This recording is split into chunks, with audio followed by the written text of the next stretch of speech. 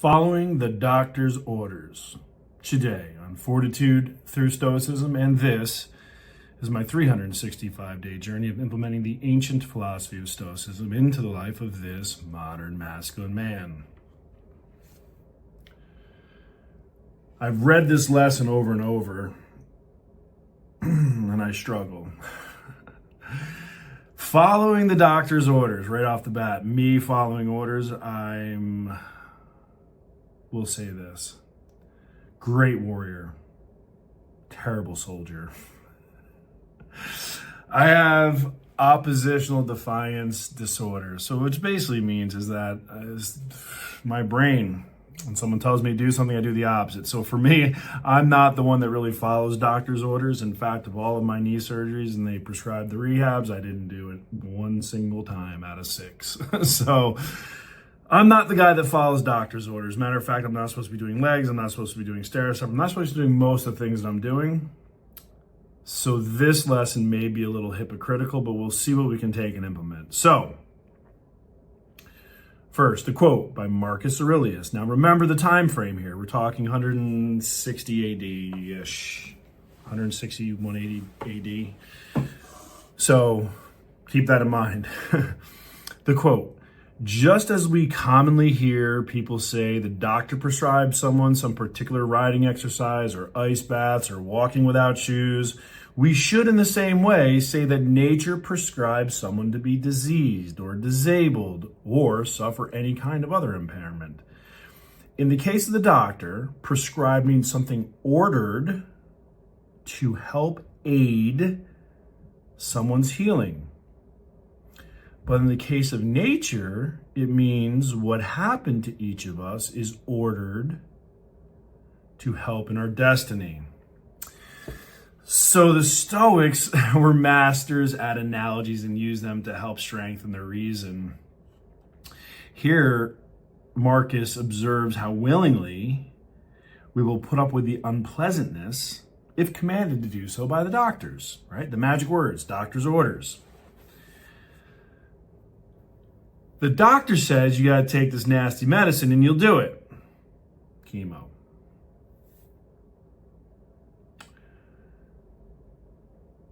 And if you're fighting, right, if the doctor says you hang upside down like a bat, soon you'll be doing it, right? But on the other hand, right, alternatively, when it comes to external events,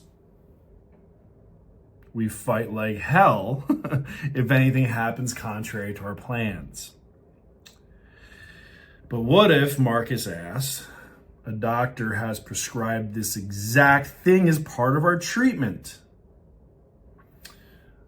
Call that fate. You may have all the plans you want, but fate is what it is. It is the path. It is that invisible path that will happen with or without your consent. So what Marcus is saying here is use a flight, right? So I got to fly somewhere today.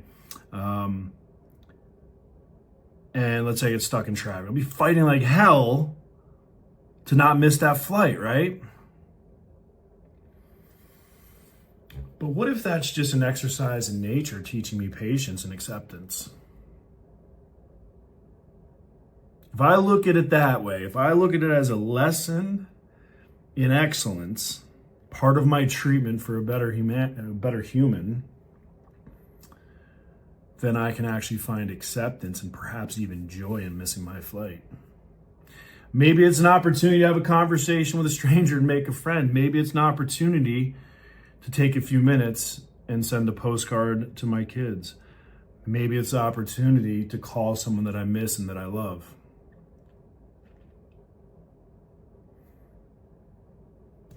Maybe missing that plane, that fate, was the treatment my soul needed. That is what Marcus is talking about here.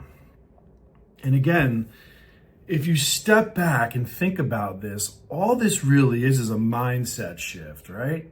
You can look at that as a terrible experience, a bad thing that happened, or you can accept and say, hey, I can make the best of this time. It's a choice.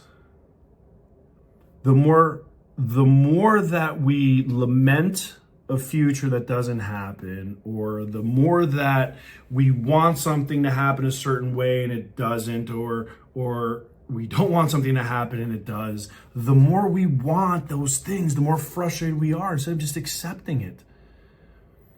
Accepting it. I am going to be who I'm going to be. Someone else is watching on video. And it's a good thing about acceptance. I'm gonna probably pivot here for a second, and because this is a good example, right?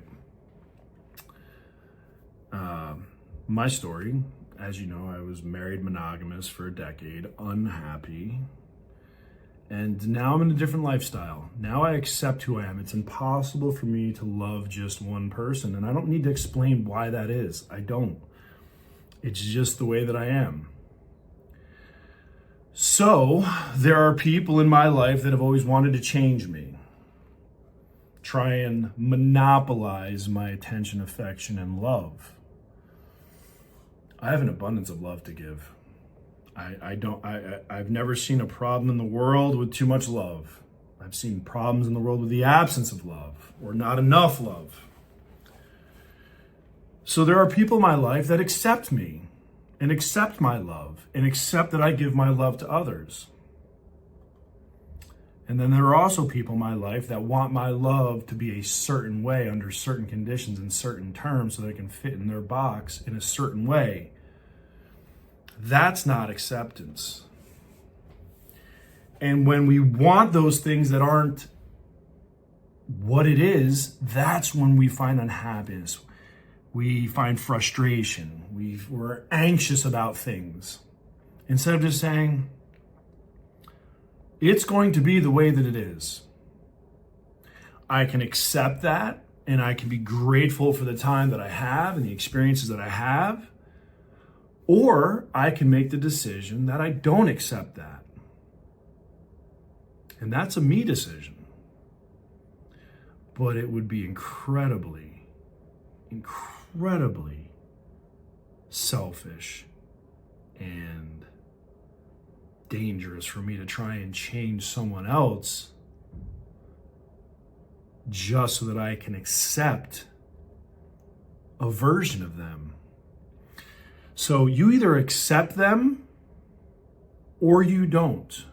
The frustration is when you try and change them or manipulate them, or women change them, right? They see they got a guy and they can change them into what they want. Men get a woman, they want them to stay just the way they are and not change, right? And both things just don't really happen. So that's where acceptance is. And if you can find true acceptance in somebody, that's what love looks like. Yeah, my one ear right here, this one, no matter when I shower, no matter what I do, I got a shower, it always has soap in it. I have no idea why. I can rinse my head off. Or maybe it's this one. I don't know. It's one of these ears. Maybe this one. Because I got a weird ear. So like, you can accept that about me, or you can say, no, I don't accept that. Right? But you can't wish for my ear to change and then resent me because it doesn't. Right? It's fucking ridiculous to think about that. So this is where I'm taking the doctor's orders, right? Because nature is a teacher. Nature is what it is. Fate is what it is. We can put our best efforts forward and we can participate in that, but things are going to unfold the way they're going to unfold. The clock will keep ticking. I can't stop time, manipulate time, go back, edit, rewind, fast forward, buy more, sell it. It's what it is. Just like the events that happened during that time. A flight is a flight. The day is the day. The event is the event. And the person is the person.